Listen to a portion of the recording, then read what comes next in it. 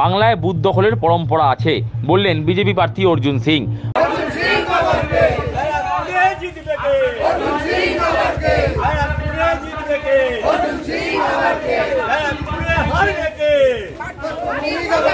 বাংলায় বুথ দখলের পরম্পরা আছে, তৃণমূলের কাছে বুথ দখল ছাড়া বিকল্প কোনো পথ নেই। তাছাড়া তৃণমূলের কাছে এখন 10% ভোটও নেই।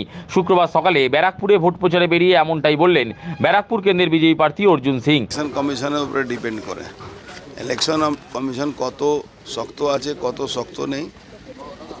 ইলেকশন কমিশন দেখুন কি করে ভোট করাচ্ছে।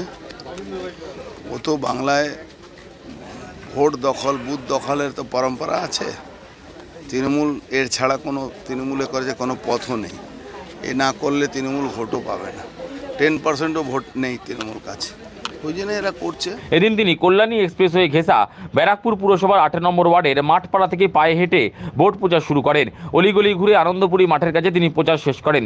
প্রচার শেষে সাংবাদিকদের প্রশ্নের উত্তরে বিজেপি প্রার্থী অর্জুন সিং বলেন, তৃণমূল নেতা যারা চাকরি প্রার্থীদের থেকে টাকা নিয়েছেন তাদের কাছ থেকে টাকা আদায় করা হবে। প্রয়োজনে চাকরি প্রার্থীদের সঙ্গে নিয়ে তৃণমূল নেতাদের বাড়ি ঘেরাও করা হবে। ফেরত পাবে কি না পাবে, ফেরত নিতে হবে। কি করতে হবে তাদের সঙ্গে থাকবো, তাদের নিয়ে আমরা টাকা নিয়ে চাকরি দিয়েছে তাদের কি করা হবে? তাদের কলার ধরে টাকা আদায় করা হবে, তাদের বাড়ি যাওয়া হবে, 100% বাড়ি যাওয়া হবে। কোথায় যাওয়া হবে? প্রত্যেকটা যারা দালাল যারা পয়সা নিয়েছে তৃণমূল কংগ্রেসে তাদের বাড়ি যাব, আমরা ওদেরকে নিয়ে যাব। প্রসঙ্গত জন্ম থেকে মৃত্যু পর্যন্ত প্রকল্প দিয়েছে তৃণমূল সরকার। প্রচারে তা তুলে ধরছেন তৃণমূলের নেতাকর্মীরা। এ প্রসঙ্গে তার কটাক্ষ, সব প্রকল্প থেকে তৃণমূল নেতারা তো কমিশনও নিচ্ছেন। জন্ম থেকে মৃত্যু অবধি প্রকল্প দিয়েছে, আর সব প্রকল্প থেকে কমিশন নিচ্ছে। ওই প্রকল্প মানেটা কি থাকছে? বিদায়ী সাংসদ এদিন দাবি করলেন, সাংসদ তহবিল থেকে প্রাপ্ত অর্থ মোট 16.5 কোটি টাকাই তিনি সংসদীয় ক্ষেত্রের উন্নয়নে ব্যয় করেছেন। ব্যয়ের হিসাব তিনি মানুষের কাছে তুলেও ধরেছেন।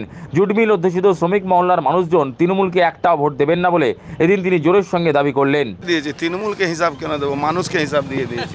16.5 কোটি টাকা পেয়েছি, 16.5 কোটি টাকা খরচ করে দিয়েছি। আমি তো তৃণমূলকে হিসাব দেবো না, মানুষকে হিসাব দেবো।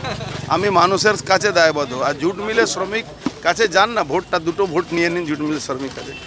মমতা ব্যানার্জিকে একটাও ভোট তৃণমূল জুট মিলের শ্রমিক দেয় না।